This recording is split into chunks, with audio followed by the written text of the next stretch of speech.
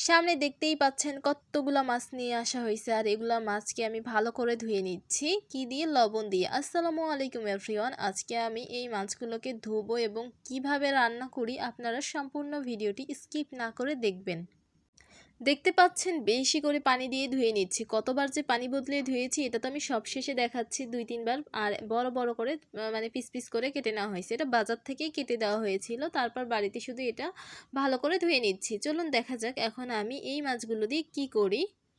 আর আমার ভিডিওটি যদি ভালো লেগে থাকে তাহলে অবশ্যই লাইক দিবেন, কমেন্ট করবেন, তাহলে কিন্তু আমার আরও বেশি ভালো লাগবে। আর এরকম রান্নার ভিডিও পেতে গেলে আমার ফেসবুক পেজটিকে লাইক করবেন এবং ইউটিউব চ্যানেলটিকে সাবস্ক্রাইব করবেন। আর যারা করেছেন তাদেরকে অসংখ্য ধন্যবাদ। দেখতে পাচ্ছেন এই যে এই কয় পিস মাছ এখন আমি রান্না করব। চলুন দেখা যাক আমি আমার নিয়মে কিভাবে রান্না করি। অল্প সময় অল্প উপকরণ দিয়ে এত মজাদার খাবার যে হয়। এক কথায় কি, এই মাছের যে রান্নাটা করেছি এর ঝোল, 1 চামচ ঝোল দিয়ে আপনি 1 প্লেট ভাত খেতে পারবেন। আমি এরকম করে খেয়েছি, শেষে আমার হচ্ছে মাছটা দেখি যে পড়ে আছে, পরে মাছটা এমনি একা একা খাইছি। এইদিকে তো কড়াই বসিয়ে দিয়েছি, তেল দিয়েছি পরিমাণ মতো, জিরা বাটা, আদা বাটা, রসুন বাটা সব দিচ্ছি, মরিচ বাটা দিয়ে দিলাম। তার আগে তো আমি হচ্ছে পেঁয়াজটাকে হালকা বেটে নিয়েছিলাম, ওই বাটাটা দিয়েছি। দেওয়ার পরে সব ময় মশলা ভালো করে কষিয়ে নিতে হবে। হলুদের গুঁড়া দিচ্ছি 1.5 চামচ পরিমাণ, মানে ছোট্ট চামচ দিয়ে 1.5 চামচ পরিমাণ দিচ্ছি। লবণ দিব স্বাদ মতো দিয়ে দিচ্ছি। আর আমি এখানে মরিচের গুঁড়া দিইনি, আমি শুকনা মরিচ বেটে দিয়েছি। এর জন্য এই খাবারটার স্বাদ অন্যরকম, মানে একটু ভালো হয়েছে। যেহেতু টাটকা মশলা দিয়েছি, খেতে তো দারুণ হবে, তাই না বন্ধুরা? আপনারা কারা এরকম করে রান্না করেন আমাকে একটু কমেন্টে জানাবেন।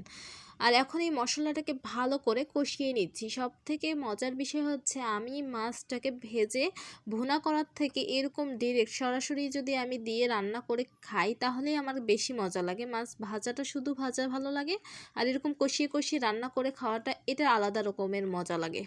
দেখতে পাচ্ছেন মাছগুলো দিয়ে দিচ্ছি। তারপর এখন এগুলোকে কষিয়ে নিব 5 মিনিট সময় ধরে। একটু হালকা করে প্রথমে একটু নাড়াচাড়া ভালো মতো করে দিব। তারপরে কিন্তু যখন হালকা সিদ্ধ হয়ে যাবে তখন এটাকে কিন্তু নাড়াচাড়া করা যাবে না, তা না হলে কিন্তু মাছগুলো ভেঙে যাওয়ার সম্ভাবনা থাকে, মানে ভেঙেই যাবে। কিন্তু আপনারা দেখতেই পাবেন আমি মাছগুলো রান্না করেছি, একটা মাছও কিন্তু ভাঙেনি। সবগুলো মাছ কিন্তু এরকমই ছিল। দেখতে সুন্দর লাগছে না বন্ধুরা? কমেন্টে জানাবেন আপনারা। 5 মিনিট কষিয়ে নেওয়া হয়ে গেলে এখানে এখন আমি কিন্তু গরম পানি দিচ্ছি। আপনারা ইচ্ছে করলে ঠান্ডা পানিও দিতে পারেন। আমার হাতের কাছে গরম পানি ছিল, সেই জন্য আমি গরম পানি দিয়েছি, তাহলে তাড়াতাড়ি রান্নাটা হয়ে যায়।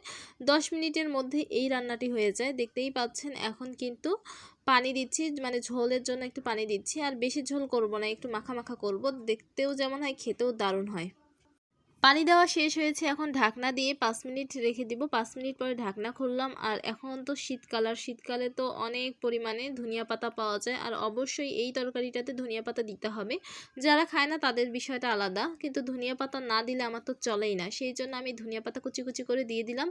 ধনিয়া পাতা ছাড়া আমার চলেই না। এখন ঢাকনা দিয়েছি এবং আরও 2 মিনিট পরে ঢাকনা খুলে এখানে আমি দিয়ে দিব জিরা এবং ধনিয়ার গুঁড়া। এটা দেওয়াতে তরকারিটার স্বাদ আরও 3 গুণ বেড়ে যায়। এখন দিয়ে দিব সেই মশলাটা, আর মশলাটা দেওয়া হয়ে গেলেই ঢাকনা দিয়ে রেখে দিব। আর হয়ে গেছে তরকারিটি আমার, এরকমই ঝোল রেখে দিব আমি। আর 1 চামচ ঝোল, এই যে দেখতেই পাচ্ছেন আমার তরকারিটা কেমন হয়েছে। আর ভিডিওটি যদি ভালো লেগে থাকে বলেইছি লাইক করবেন। সবাই ভালো থাকবেন, সুস্থ থাকবেন। আসসালামু আলাইকুম, আল্লাহ হাফেজ। আর এতক্ষণ ভিডিওটি দেখার জন্য আপনাদের অসংখ্য ধন্যবাদ বন্ধুরা।